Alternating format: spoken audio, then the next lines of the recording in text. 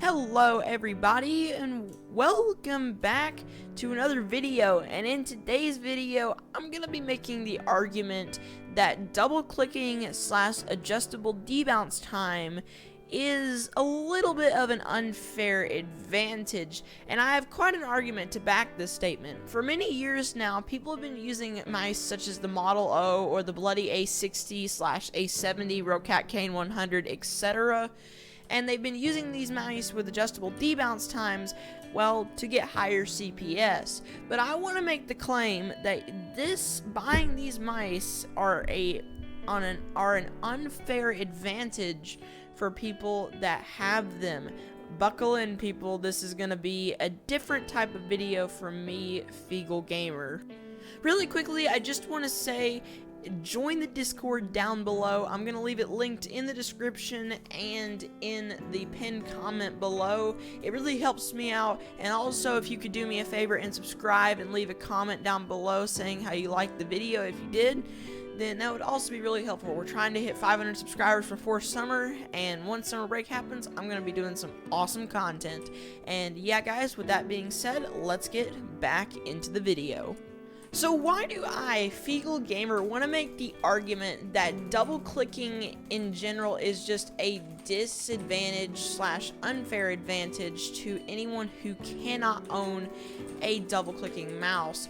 Well, the first reason why I say it is an unfair advantage is it is a premium experience. The main consensus about buying a mouse that has these specific specs is usually you have to pay upwards of like $40 to $50, and I'll show you a few examples right here. So just taking a look right here at the glorious Model O, it starts out at a price of $49, and this mouse comes with a software that has adjustable debounce time, which allows it to double click. Same as with the Rocat Cane 100, comes with a software and adjustable debounce time, which allows for drag clicking. Same thing, it's $49. Heading over to the Bloody A70 or the Bloody A Bedless, as some people call this mouse, still it's $49 to get this mouse with an adjustable debounce time. So once again, this does strengthen the argument that double clicking is a paid experience. And you might be thinking to yourself, well, you could get your mouse double click now, but it isn't as consistent or made as these mice are. So yeah, with that out of the way, let's continue on to point number 2.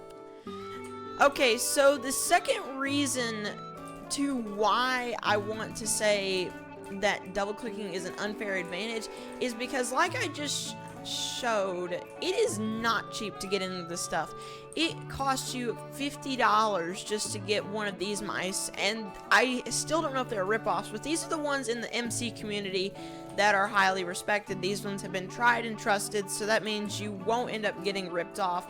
Now, sure, there might be a couple of ones you could buy, but eBay listings tend to sell these for way higher, so buying them new is like your best bet for getting the best deal on them.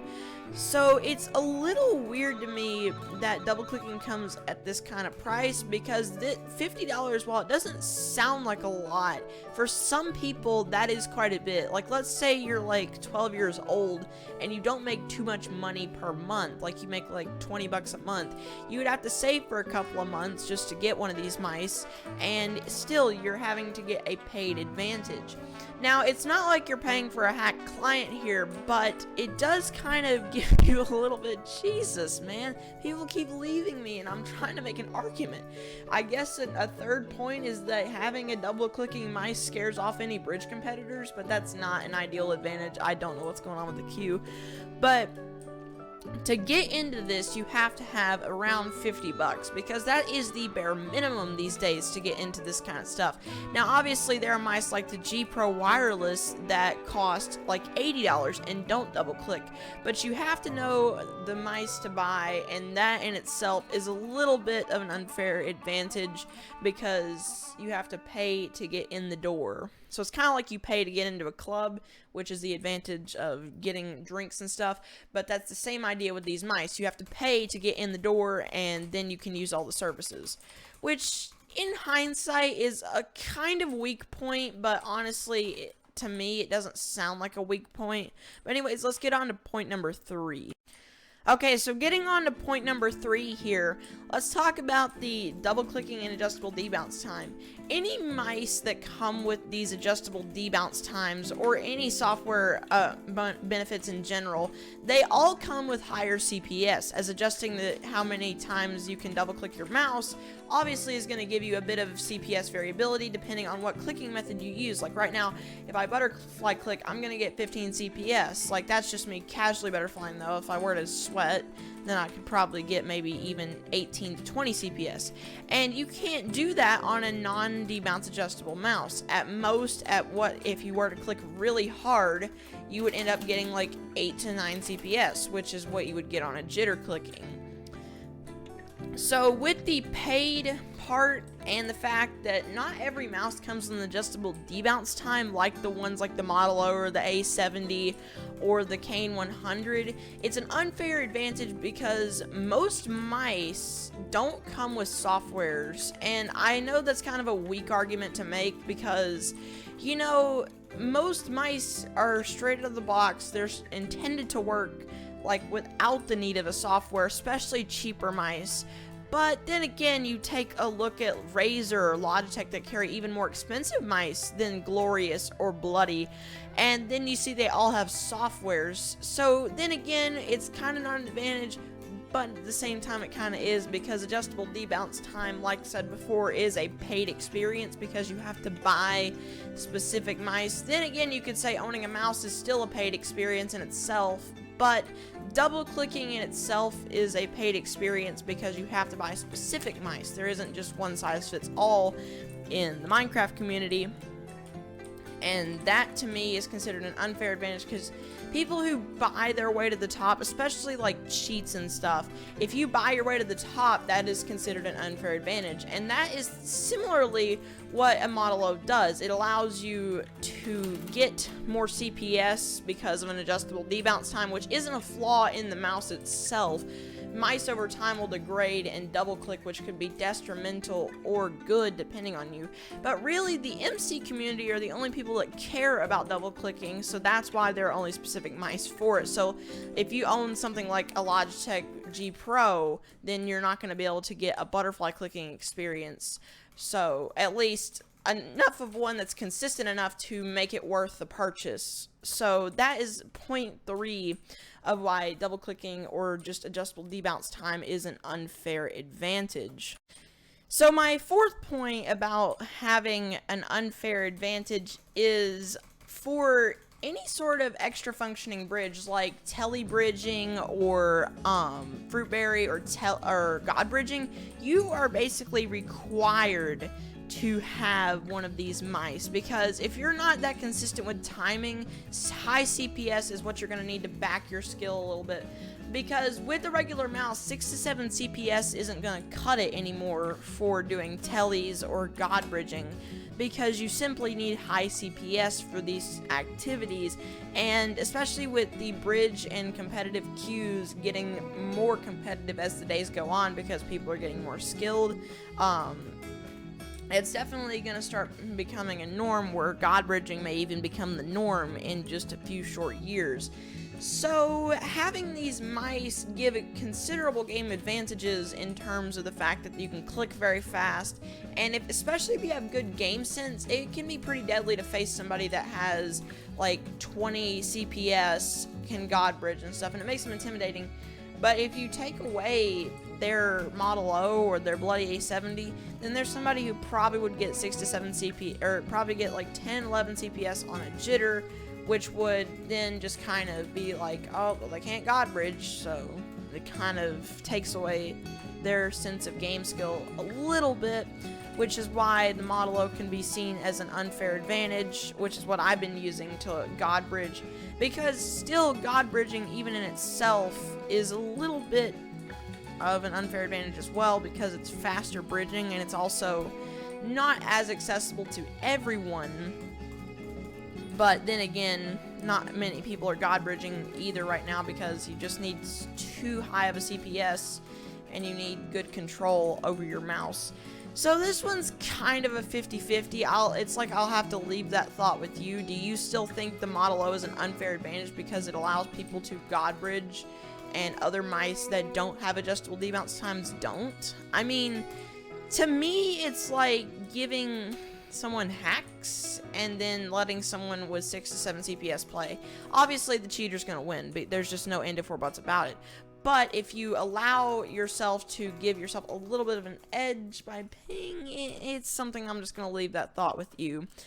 And the last point is gonna be, and